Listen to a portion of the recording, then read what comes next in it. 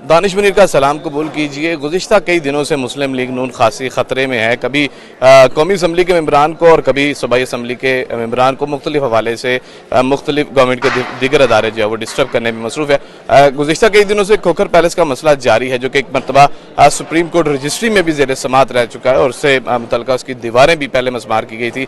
एक बार फिर तब्दीली सरकार में दोबारा से खोखर पैलेस जो है वो मुश्किलात का शिकार है। आज ज़ेर समात थी, लाहौर हाई कोर्ट में केस समात किया गया।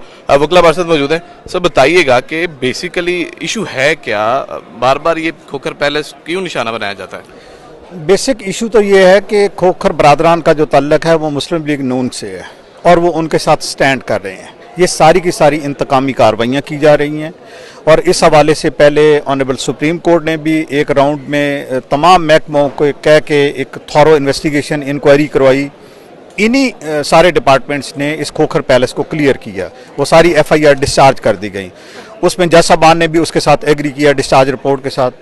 अब दोबारा वो सेकंड राउंड में जब से ये सीसीपीओ सब तशरीफ लाए हैं वो सारी कार्रवाई दोबारा उसको ओपन कर रहे हैं और उन्होंने सारे महकमों को दोबारा कह दिया कि जो एफआईआर इनकी डिस्चार्ज हो चुके हैं ये जिसमें वो सारी ओपन कर दी। बेसिक बात तो यही है। अच्छा, साबिक चीफ जस्टिस पाकिस्तान की जानिब से भी खोखर पैलेस को खासा मसमार भी किया गया और कहा गया कि ये नाजायज़ है, तो वो मामला कैसे रफा दफा हुआ था और अब से दोबारा से फिर क्यों ये रफा दफा नहीं हुआ था? उसमें ऑर्डर ये किया गया था कि हमारे खिलाफ एफआईआर दर्ज कर दी गई और जो आखिरी ऑर्डर था ऑनरेबल सुप्रीम कोर्ट का ये था कि इस एफआईआर को कानून के मुताबिक इसकी इन्वेस्टिगेशन की जाए। उसकी इन्वेस्टिगेशन हुई। उसकी इन्वेस्टिगेशन के बाद वो सारी की सारी एफआईआर में हमें इन्होंने कहा कि हम उसमें बेगुनाह हैं। वो डिस्चार्ज रिपोर्ट मुरतब कर दी गई। अब उन्हीं एफआईआर को, उन्हीं केसेस को दोबारा रीओपन किया जा रहा है। अच्छा, तो अब ये ऊंट किस करवट बैठेगा आपकी? जिस तरह आज कहा कि 3 एफआईआर हुई थी उसमें आप बरी हुए।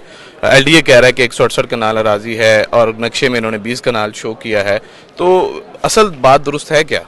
असल बात जो मैंने अर्ज़ की है कि इसके अंदर इनका कोई मौक़िफ़ ठीक नहीं है। ये सारी बातें गलत कर रहे हैं। हमारे पास सारे प्रूफ मौजूद हैं, सारा रिकॉर्ड पर सब चीज़ें मौजूद हैं और ये भी अपने तौर पे जब हम इनके पास पेश होते हैं ये एक्सेप्ट करते हैं, जो कि इनके पास कहने को कुछ नहीं होता। रिकॉर्ड के खिलाफ तो नहीं जा सकते। ये सारी इंतकामी कार्रवाई है। अच्छा, अब जो नीचे सिविल कोर्ट में जो केस होगा, कब से इसकी समाअत शुरू की जाएगी और कब तक का समाअत?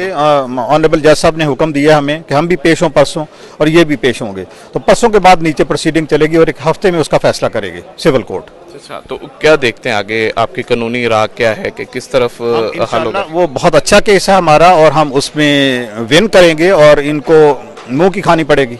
अच्छा जी, वकला बड़े पुरुमीद हैं कि कानूनी जंग जो है वो खोखर बरादरान एक बार फिर जो वो जीत सकेंगे और अपनी जो उनकी जायदाद है, उनका जो घर है उसको महफूज रख सकेंगे। एलडीए की जो सियासी कार्रवाई है वो किसी सूरत भी कारआमद साबित नहीं होंगी। दानिश मुनीर को इजाज़त दीजिए। खुदा हामिद नासिर।